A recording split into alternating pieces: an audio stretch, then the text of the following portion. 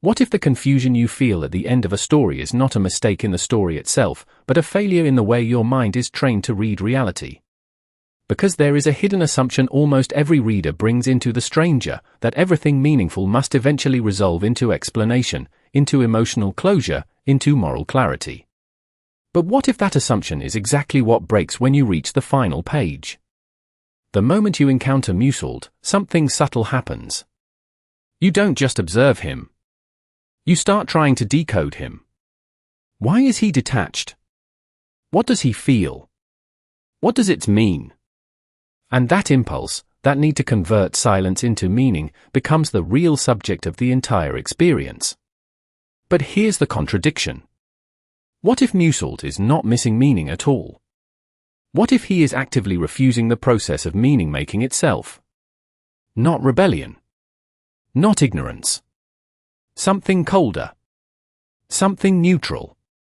A psychological state where events exist, but interpretation does not follow. And that creates a rupture. Because the human mind cannot tolerate a character who functions without symbolic translation. We are meaning-generating systems. We don't see events, we see narratives. We don't see actions, we see intentions. So when that system fails to activate, it doesn't register as neutral. It registers as wrong. That is the first cognitive fracture. A memory fragment forms here, a courtroom not as justice, but as interpretation forced onto silence. A place where reality is not judged for what it is, but for what it is supposed to mean. And in that shift, something subtle becomes visible. Society is not just punishing behavior, it is punishing incomprehensibility. So the real question is not what did Meursault do, but rather, why does his existence feel like an error in interpretation? Because the deeper you go, the more a contradiction emerges. If meaning is something we discover, then Meursault is simply incomplete. But if meaning is something we construct, then Meursault becomes dangerous, because he refuses participation in the construction process. And here is the escalation. What if the discomfort readers feel is not confusion about the story, but confrontation with their own dependency on meaning itself? A second memory fragment appears, a sun that is not symbolic, but simply unbearable in its physical presence. Not metaphor. Not omen. Just intensity without interpretation. A force that acts without explanation. And that leads to a destabilizing consequence. If a human consciousness can exist without translating experience into meaning, then meaning is not a law of existence, it is a psychological requirement we impose to survive awareness. But that raises a greater disturbance. Because if meaning is optional, then what exactly are we protecting ourselves from when we insist on it so strongly?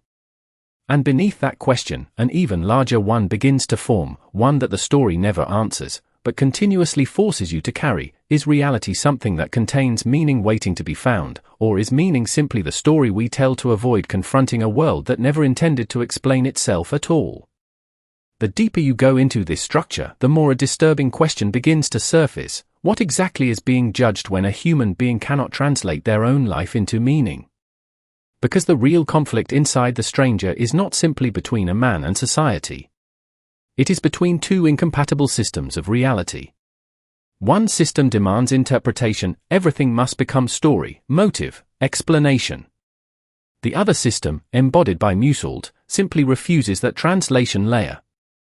Events exist, but they do not automatically become meaning. So the question shifts. If Meursault is not interpreting his life, then what is he actually doing when he experiences it? To most observers, that absence looks like emotional failure. But from another perspective, it is something more unsettling, a break in the universal expectation that consciousness must constantly narrate itself.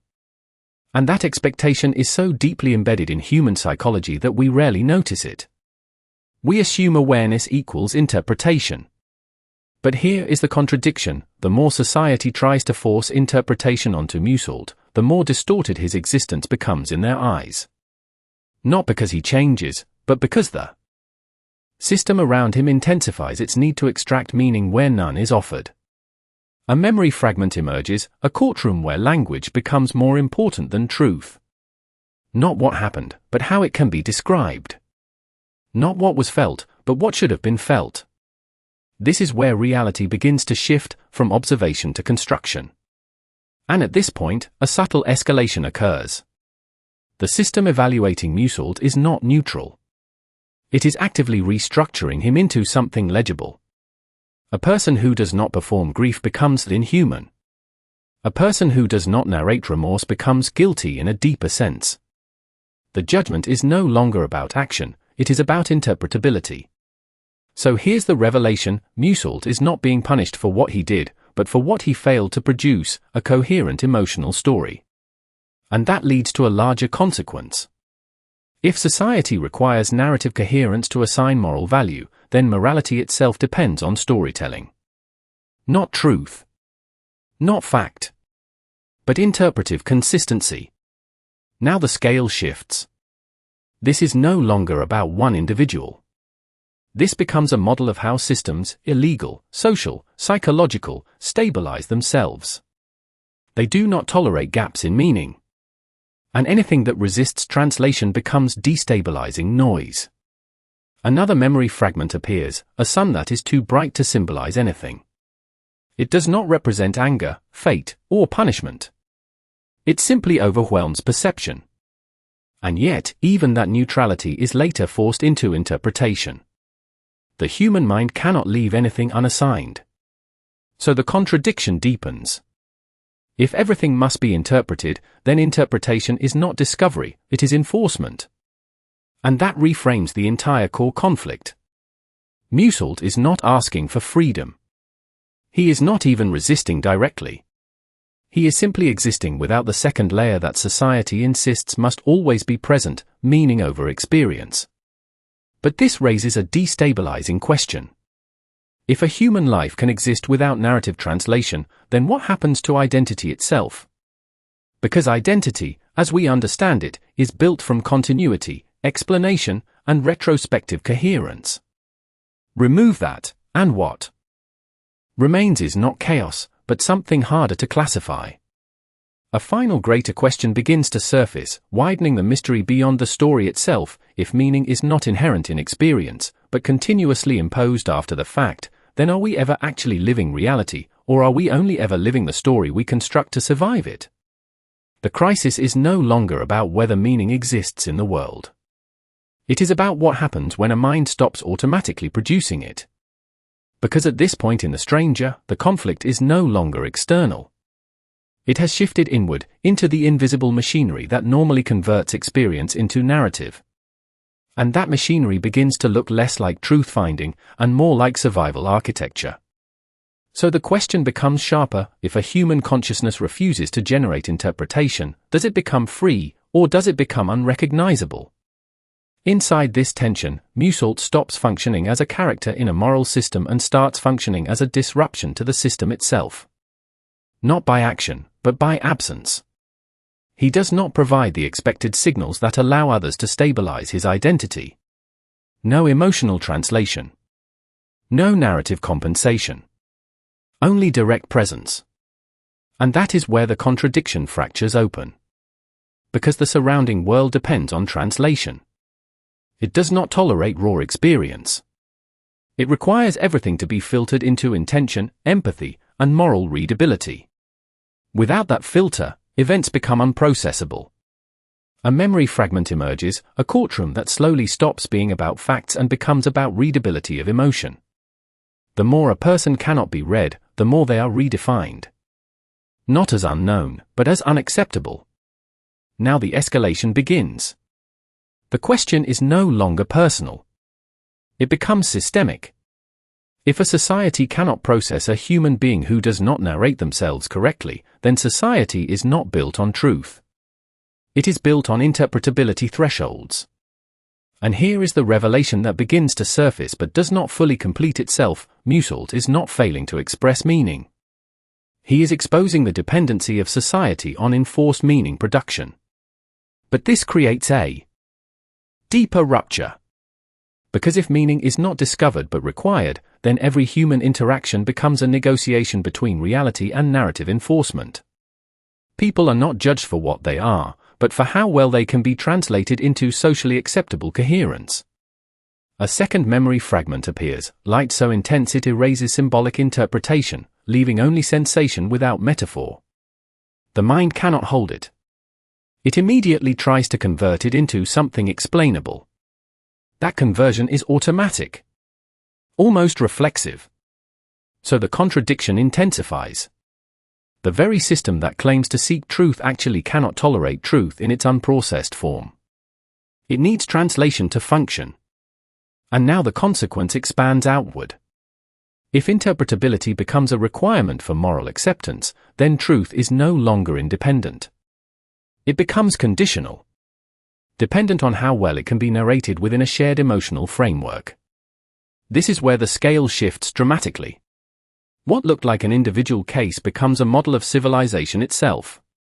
A civilization that cannot distinguish between experience and explanation, between reality and the story built after it.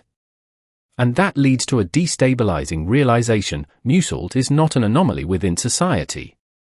He is a stress test of its deepest assumption. Because if a human being can exist without producing meaning, then meaning was never a property of existence. It was a requirement imposed by perception systems that cannot tolerate ambiguity.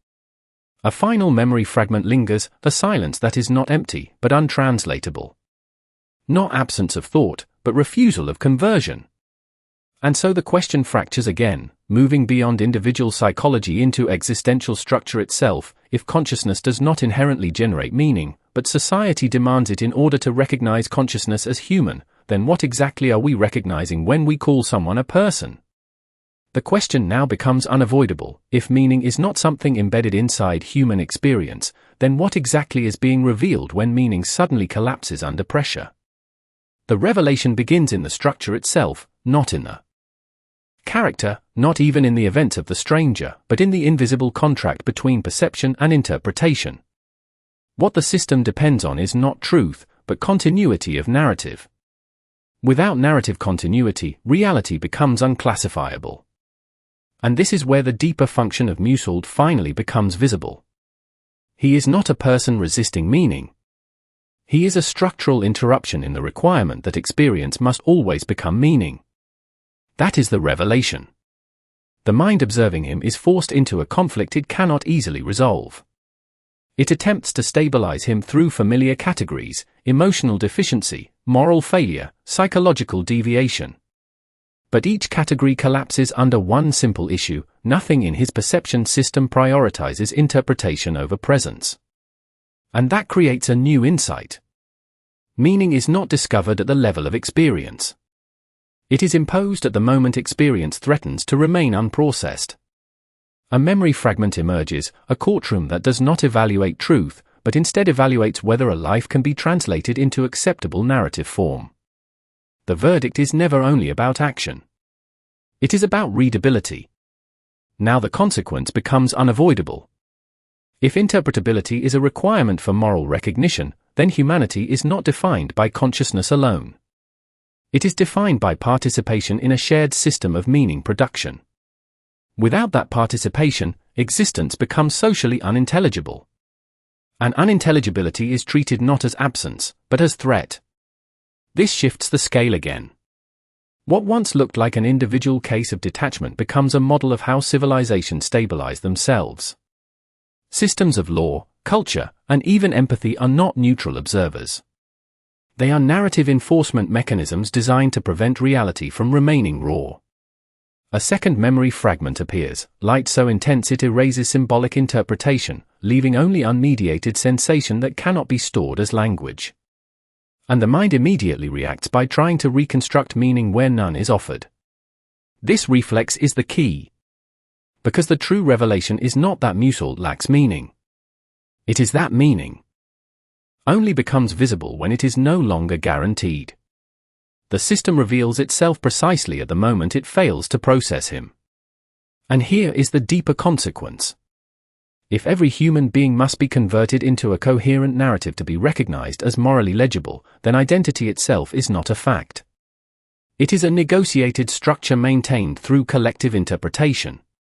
Which means something unsettling begins to emerge beneath the surface. Recognition is not about seeing what is real. It is about agreeing on what reality is allowed to look like. Now the scale shifts beyond the individual, beyond the courtroom, beyond even society. It becomes a question about the architecture of consciousness itself.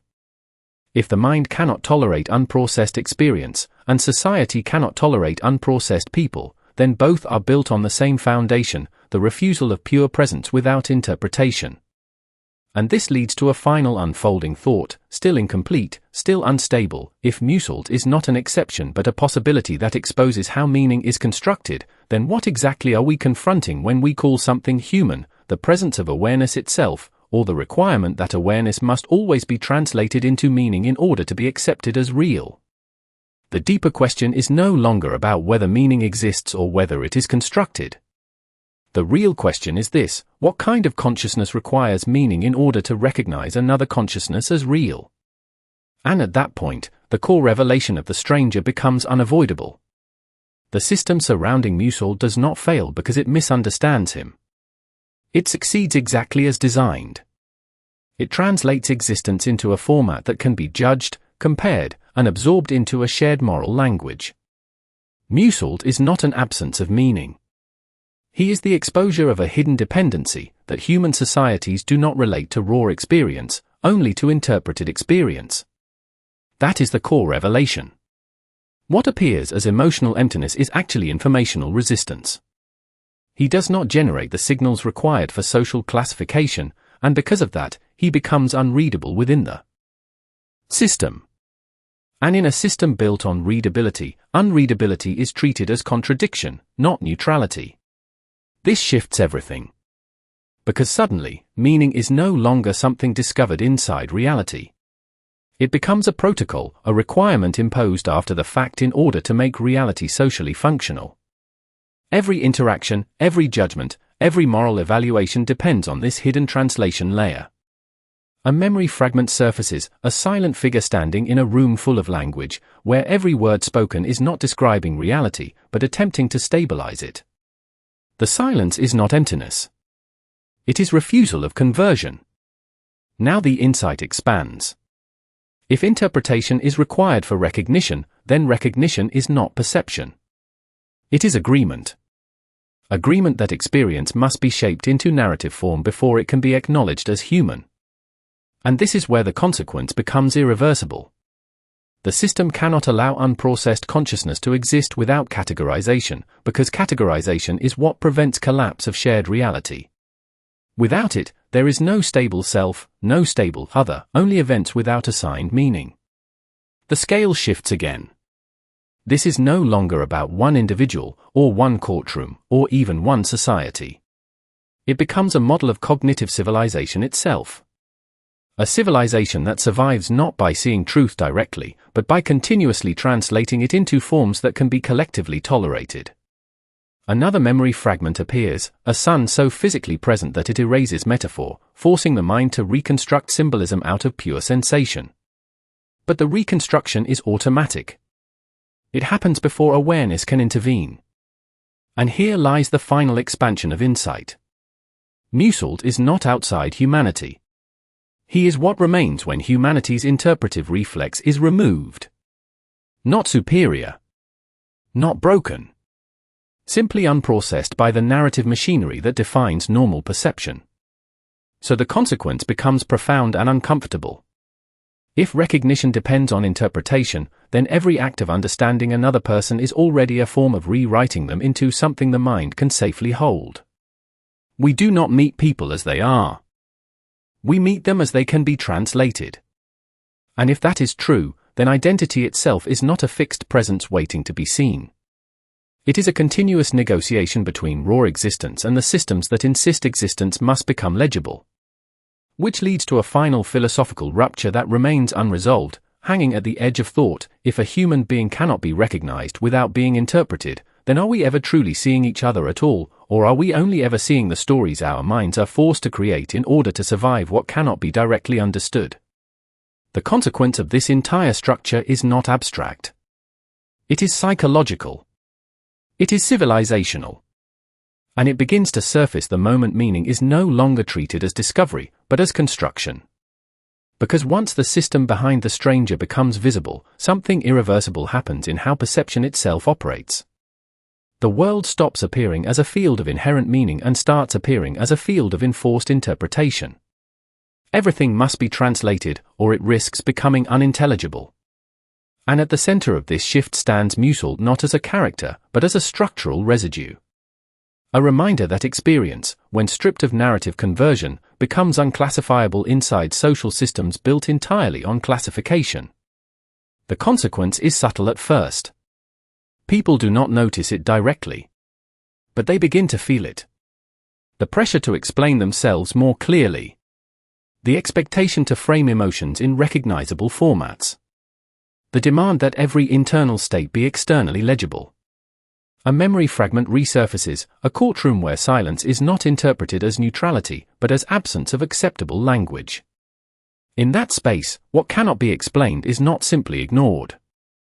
It is redefined. This is where the expansion of consequence becomes visible. If interpretability is required for recognition, then human value becomes dependent on narrative fluency. Those who cannot translate their internal reality into socially readable form are gradually pushed outside the boundary of understanding. Not because they are wrong, but because they are unreadable. And this creates a legacy that extends far beyond the story itself. The legacy is not Meursault as an individual, but Meursault as a diagnostic lens. He exposes that modern systems of judgment do not engage with reality directly. They engage with representations of reality. They reward coherence, not truth. They reward emotional formatting, not raw presence. Another memory fragment appears, a sun so physically overwhelming that it erases symbolic meaning, leaving only direct sensation that resists translation. Yet even this resistance is eventually converted into explanation, because explanation is the only acceptable form of survival within interpretive systems. Now the scale shifts again. Because this is no longer about literature. It becomes a model for how contemporary consciousness operates under constant interpretive pressure. Social identity, moral identity, even self-perception begin to depend on continuous narrative maintenance. Without it, a person risks becoming socially invisible, not physically, but cognitively. And here lies the deeper consequence. If recognition requires interpretation, then misunderstanding is not an error. It is a structural necessity. Systems cannot function without simplifying what they observe into stable categories, even if those categories distort what is real. So Meursault's legacy is not rebellion. It is exposure. He reveals that what we call understanding is often just stabilization. A way to prevent reality from remaining too unstable to manage. And this leads to a final reflection that cannot be resolved inside the story itself. If every human being must be translated into meaning in order to be recognized, then perhaps what we call knowing another person is not an act of perception at all, but an act of transformation, where raw existence is continuously rewritten into something the mind can safely contain. Which leaves an unresolved and widening question hanging in the space between thought and interpretation. If meaning is always imposed after the fact to make existence readable, then what remains of a human being before the story begins to form around them, and is that unformed state something we are capable of recognizing at all? What remains at the end of this entire journey is not an answer, but a shift in how questions themselves behave when they can no longer rely on meaning as a guarantee. Because after moving through the stranger, something subtle becomes irreversible. The story stops functioning as a narrative about a single individual and starts behaving like a diagnostic surface for perception itself. It reveals that the human mind does not simply observe reality. It continuously reconstructs it into something it can endure. And at the center of that reconstruction stands Meursault not as a mystery to be solved, but as a limit case. A boundary condition for what happens when experience refuses translation into accepted emotional language. But the final realization is not about him. It is about the observer. A memory fragment returns, a sun so overwhelming that it cannot be turned into metaphor, only endured as pure sensation before the mind forces it into meaning after the fact. This moment is not symbolic of anything. It is the moment symbolism begins to fail, and then immediately rebuild itself. And that is the hidden legacy of this entire structure. Meaning does not disappear when it is questioned. It becomes more active, more defensive, more necessary to the system that depends on it. Because human cognition is not built to hold unprocessed reality. It requires transformation. It requires narrative gravity. It requires that everything, even silence, becomes something interpretable. So what this journey ultimately exposes is not emptiness, but dependence. A dependence on interpretation so constant that it feels like truth itself. Another memory fragment emerges, a courtroom where silence is no longer absence, but resistance to translation, and resistance is treated as guilt because it cannot be made readable. In that space, judgment is not about what is real. It is about what can be explained in shared language. And this is where the legacy of Meursault stabilizes, not as character, but as mirror. He reflects a discomfort that extends far beyond literature, the possibility that what we call understanding is not contact with reality, but a continuous rewriting of it into acceptable form. This does not make meaning false. It makes meaning necessary. But necessity is not the same as truth. It is a function of survival within consciousness that cannot tolerate ambiguity for too long. So the human condition begins to appear less like a search for meaning, and more like an ongoing negotiation with the impossibility of directly experiencing existence without interpretation. And yet, something still remains unresolved beneath all of this. A final echo that does not close, but lingers. If every human being must be translated in order to be recognized, and every experience must be shaped into narrative in order to be understood, then what exactly is left of reality before it is interpreted, and would we even be capable of recognizing it if it never became a story at all?